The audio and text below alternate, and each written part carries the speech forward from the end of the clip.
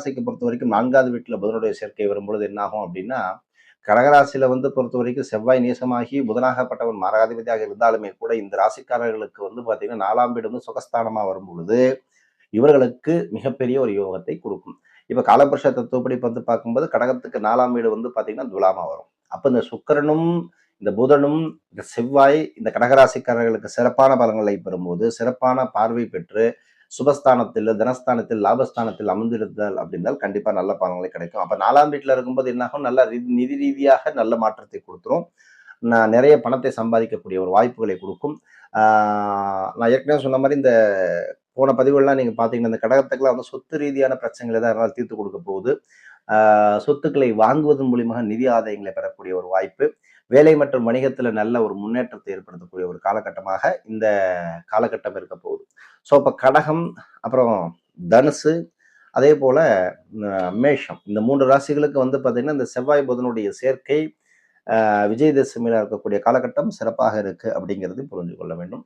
So விஜயதசமியை பொறுத்த வரைக்கும் என்ன அப்படின்னு கேட்டிங்கன்னா, ஒரு விஷயத்த புது கணக்கு போட்டு புது புக்கு வாங்கி என்னோட வாழ்க்கையில அடுத்த கட்ட விஜயதசமி வர்றதுக்குள்ள மிகப்பெரிய ஒரு லாபத்திலையும் சரி தொழிலையும் சரி ஏற்றங்கள் நடக்க வேண்டும் என்று சொல்லி இந்த விஜயதசமி நாளில் நீங்க ஆரம்பிங்க. ஸோ விஜயதசமியில என்ன பண்ணணுங்கிறத நான் அடுத்த பதிவை நான் உங்களுக்கு கொடுக்குறேன். ஸோ இந்த வீடியோ பார்த்து முடிஞ்ச உடனே ஒரு ஆடியோவா நான் கொடுக்குறேன். அப்படி இல்லைன்னா ஃபேஸ்புக்கில் லைவ் செஷனாகவும் நான் கொடுக்குறேன் இன்னைக்கு. ஸோ அதை ஃபாலோ பண்ணிக்கோங்க. உங்களுடைய ஒவ்வொரு ஜாதகத்திலும் தெரியுமா சொல்கிறேன், நாம் எவ்வளோ பலன்களை பேசினாலும், நம்ம எவ்வளோ கிரக இணைவுகளை பற்றி பெரிய பெரிய ஜோதிடர்கள் யாராவது சொன்னாலுமே சரி, ஒரே விஷயத்தை மட்டும் தெளிவாக புரிஞ்சுக்கோங்க. எல்லாமே பார்த்துட்டேன்.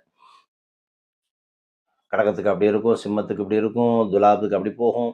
அதெல்லாம் எதுவுமே தூக்கி போட்டுருங்க. அதெல்லாம் அந்த மாதிரிலாம் எதுவும் பெருசாலாம் ஆஹா ஓஹோலாம் அப்படி நடக்காது.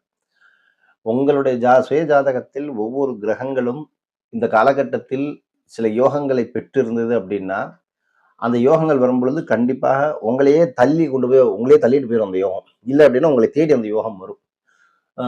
சில நடிகர்களோ சில அரசியல்வாதிகளோ சொல்லி கேள்விப்பட்டிருப்பீங்க, எனக்கு இதுக்கு சம்மந்தமே கிடையாது, ஆனால் இந்த ஒரு ஃபீல்டில் கொண்டாந்து இழுத்து விட்டு என்னை இந்த அளவுக்கு பெரிய லெவலில் கொண்டு வந்தது இந்த ஃபீல்டுன்னு சொல்லுவாங்க. ஸோ இந்த யோகங்கள் இந்த ஜாதகத்தில் இருந்துச்சு அப்படின்னா நீங்கள் தேடி போகணும், அதே உங்களை வழி நடத்தி கொண்டு போயிடும். கிரகங்கள் அப்படித்தான், இதை உணர மாட்டாங்க நிறைய பேர்.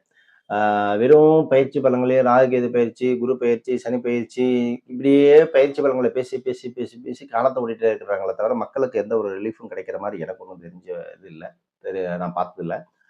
ஒவ்வொரு மனிதர்களுக்குமே அந்த கிரகங்கள் அந்த நட்சத்திர பாதத்தில் உட்கார்ந்து இருக்கும் பொழுது ஒரு நட்சத்திரத்துக்கு 4 பாதம் இருக்குது அப்படின்னா அந்த கிரகமானது